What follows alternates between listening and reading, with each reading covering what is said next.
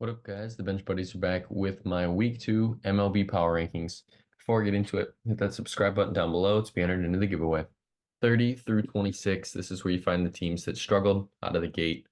The White Sox, especially 0-3 to start off their season, and then somehow beat the Braves, and then 0-4 against the Royals, and they're at 1-8. Got swept in their first two series, started 0-7, not a good look. Rockies, Nationals, and A's. A's surprisingly did beat my Tigers in a series 2-1. So they obviously are moving up here from 30 just because they're the only team here that did win a series. 25 through 21, this is where you get some teams that are off to a slow start. I'm moving the Cardinals back here just a little bit, and they are at 500. But the teams they beat, Miami, struggling. Big game to the Dodgers, okay. And then the Padres are struggling as well. But you do have to win, and two series wins is good for them. And then you have the Twins and the Giants. I think those two teams just slow starts as well. They're going to get up there a little bit.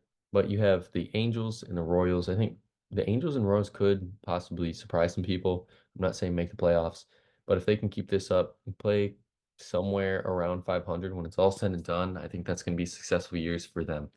Now 20 through 16, this is where it gets kind of dicey. I'm keeping my Tigers and Red Sox in the same place, just because the Red Sox 2-2 against Seattle, but then 3-0 against Oakland and 2-1 against the Angels, which they should do. Start the season at 7-3.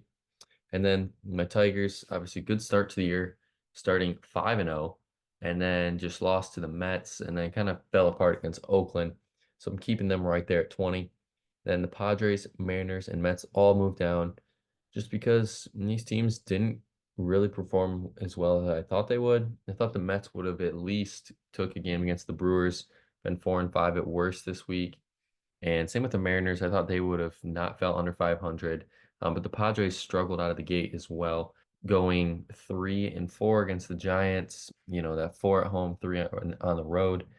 And then the game against St. Louis, where they really struggled, 1-2. I thought Padres would have won that series at home.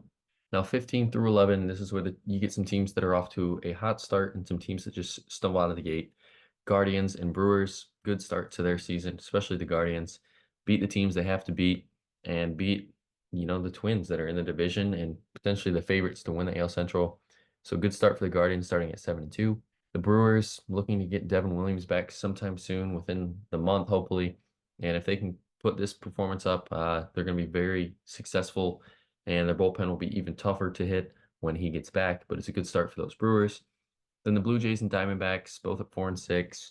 Underwhelming performances to start the year. But look at that schedule, tough schedules for both of those teams there.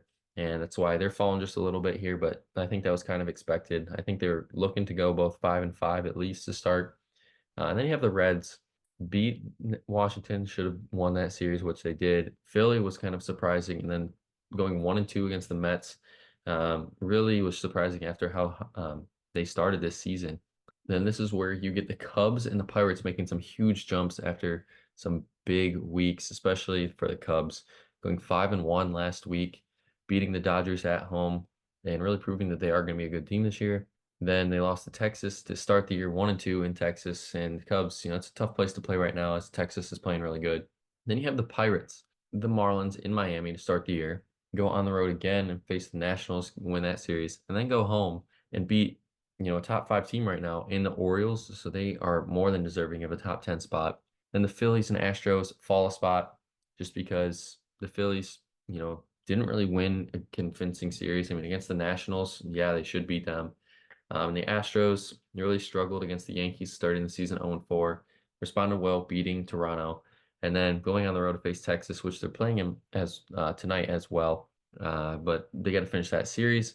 But both, it's not panic mode at all or anything for these teams, as it is early and they're getting Verlander back soon, the Astros. So don't count these Astros out. Normally they're a team. Once the All-Star break happens, that team just takes off. Then 5-1. 1-3 stays the same. Yankees and Orioles switch just because the Yankees are off to a blazing hot start. Orioles whatsoever, losing those two in Pittsburgh. I thought they could have at least took that one 2-1, but Pittsburgh is hot, like I mentioned. And the big thing for these three teams, injuries. Walker Buehler expected back sometime soon for the Dodgers. Strider probably going to be out for a little bit with the UCL arm injury, and then Max Scherzer expected back soon. from his injury. So all these top three teams are going to get some reinforcements, and the Braves possibly could be trending downward. It's the Braves. They find ways to win, and they'll just call up another AAA guy that'll be electric this year. That's going to be it from our Week 2 power rankings. Come back next week to see where your favorite team ranks. But until next time, the Bench Buddies are out.